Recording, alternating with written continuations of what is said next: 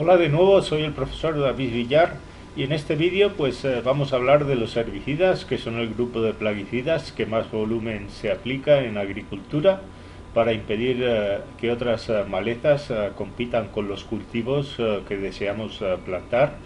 Aquí también hay distintas maneras de clasificarlos y la más corriente que he visto que lo hacen es por el mecanismo de acción en la planta y como veis pues hay muchos que actúan como si fuesen, por ejemplo, hormonas de las plantas que estimulan el crecimiento, que son los ácidos clorofenoxiacéticos, que son un grupo de los que vamos a hablar.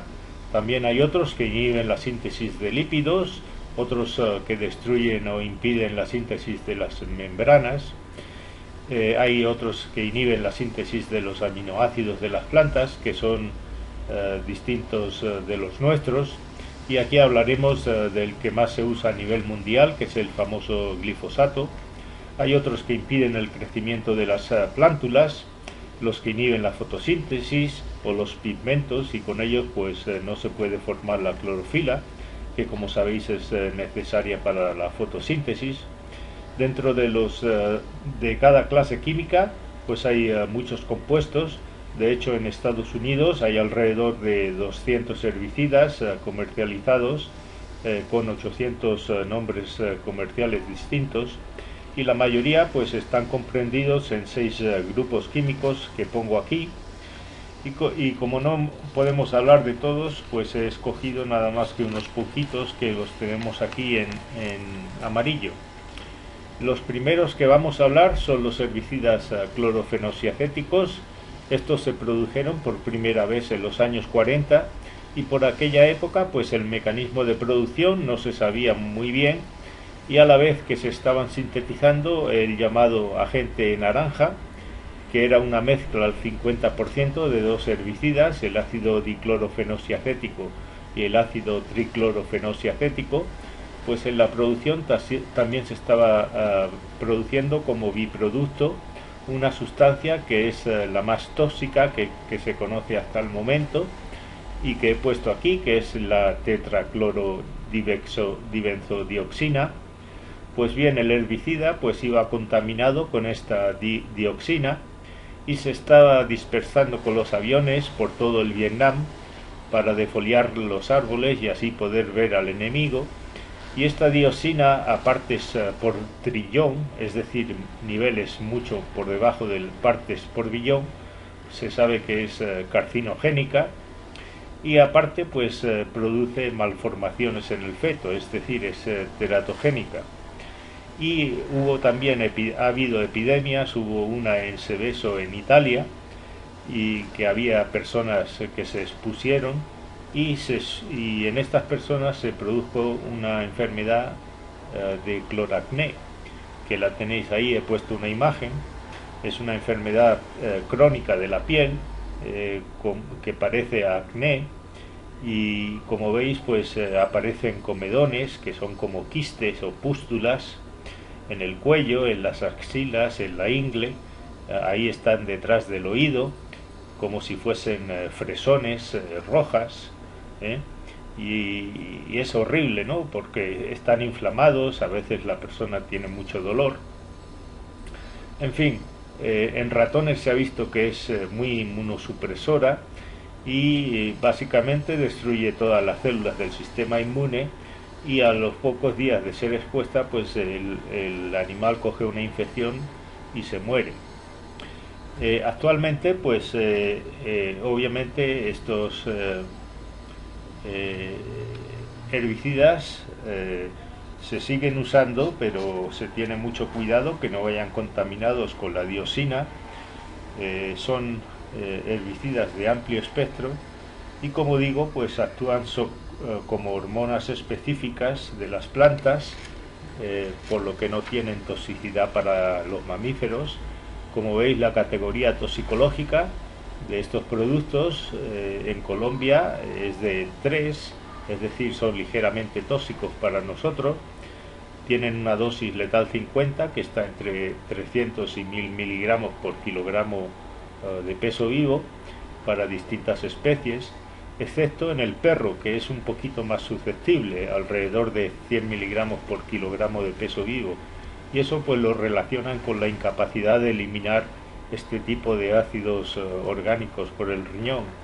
Los signos que se muestran en un perro que ha ingerido accidentalmente el herbicida pues serían básicamente de tipo muscular y parálisis, es decir, un perro pues mostraría ataxia al andar, es decir, se tambalearía, tendría debilidad, rigidez muscular, y a menos que sea la dosis muy alta, pues esos signos pues serían transitorios. Si veis en el inserto, pues este producto lo recomiendan para un montón de arbenses en cultivos de caña de azúcar, maíz, arroz, potreros, para tratar pues plantas que consideran malezas. Por ejemplo, ponen la dormidera, el algodoncillo, el azulejo, el bicho, la hierba de sapo, lo que llaman también la planta de tórtola o pate paloma. En fin, todas esas malezas en general son de hoja ancha y hay que aplicarlo pues después de que hayan salido esas plantas, es decir, lo que llaman post-emergencia.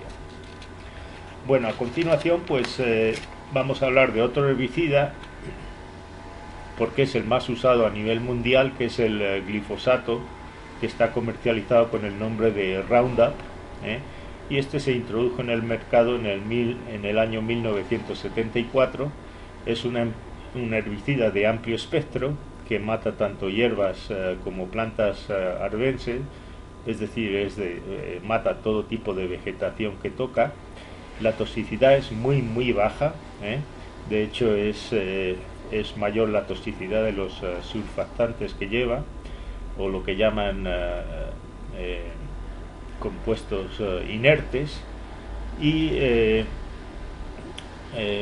como digo, el principio activo es menos tóxico que las otras sustancias que lleva el producto, y en los casos de ingestiones accidentales o deliberadas pues que se reportan, los signos son básicamente de tipo gastrointestinal y ligeros, y son pasajeros, es decir, que son poco graves.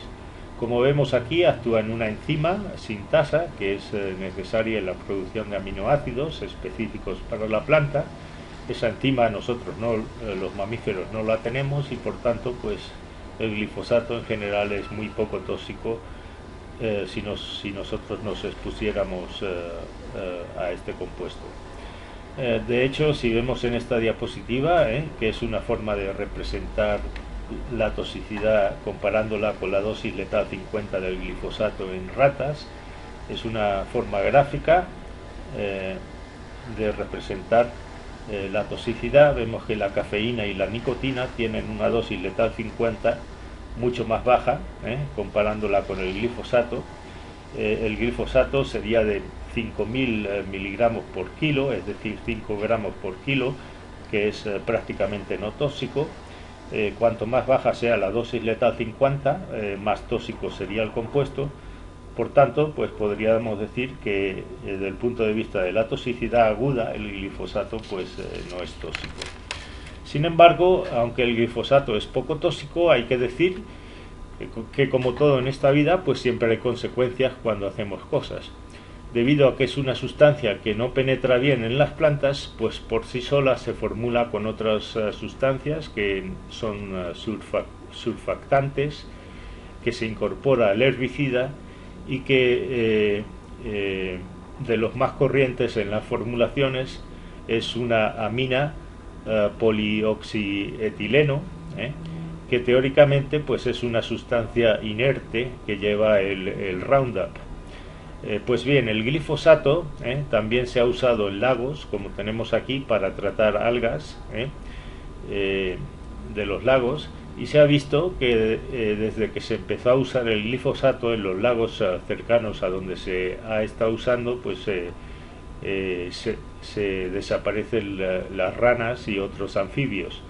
Resulta que los anfibios son muy susceptibles a los surfactantes que han estado usando con el glifosato, y cuando llegan al agua de escorrentía, cuando llegan con el agua de escorrentía a los lagos, pues se matan a los renacuajos, que como sabéis pues es la forma como se reproducen las ranas o la forma infantil de las ranas, si queréis.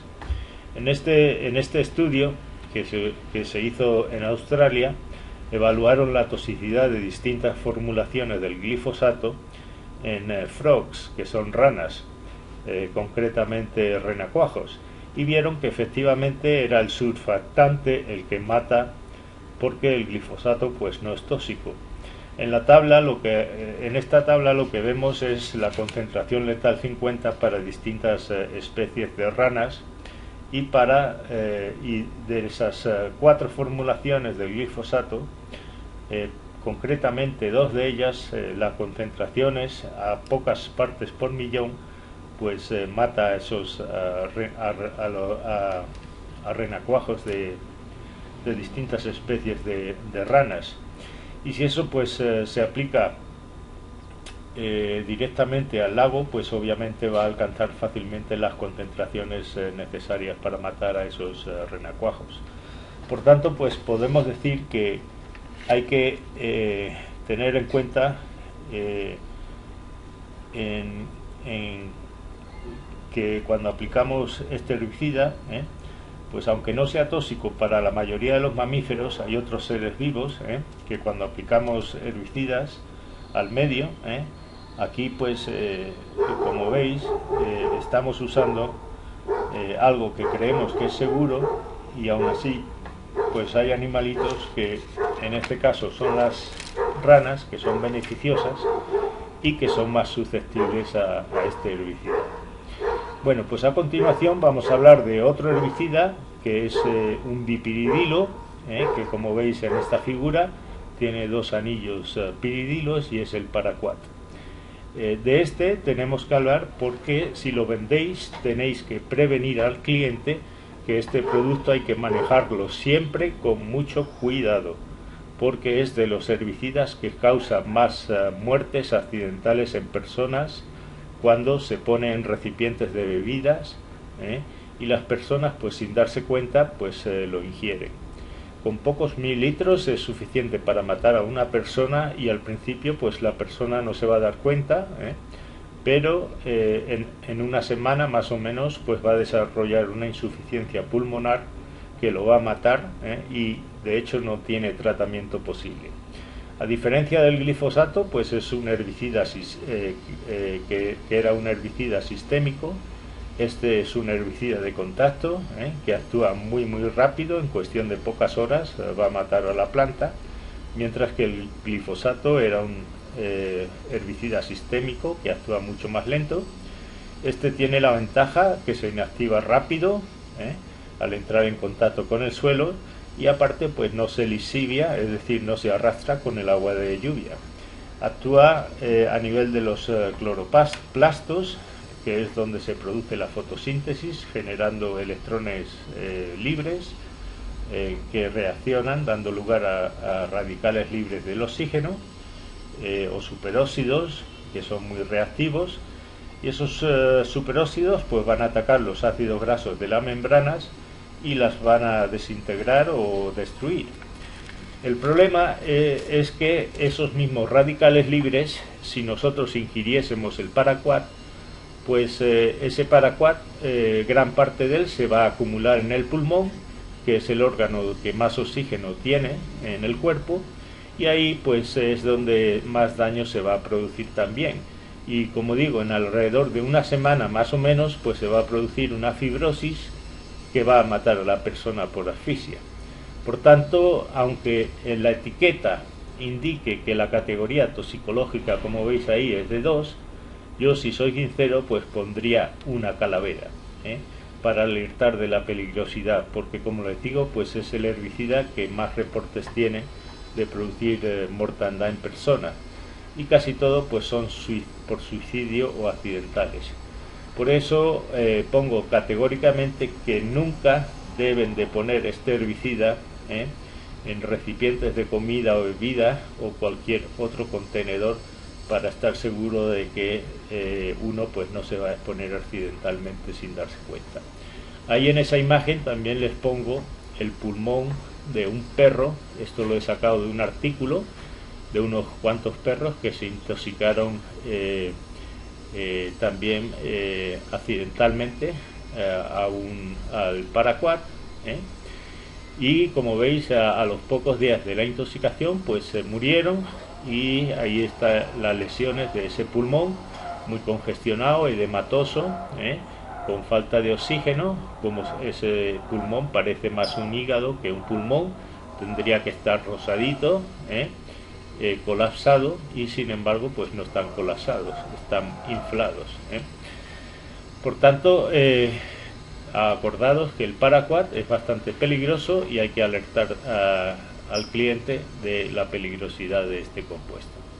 Con esto pues acabamos este otro vídeo. En el próximo pues hablaremos de el último grupo de plaguicidas, que son los rodenticidas. Con esto me despido aquí, hasta la próxima.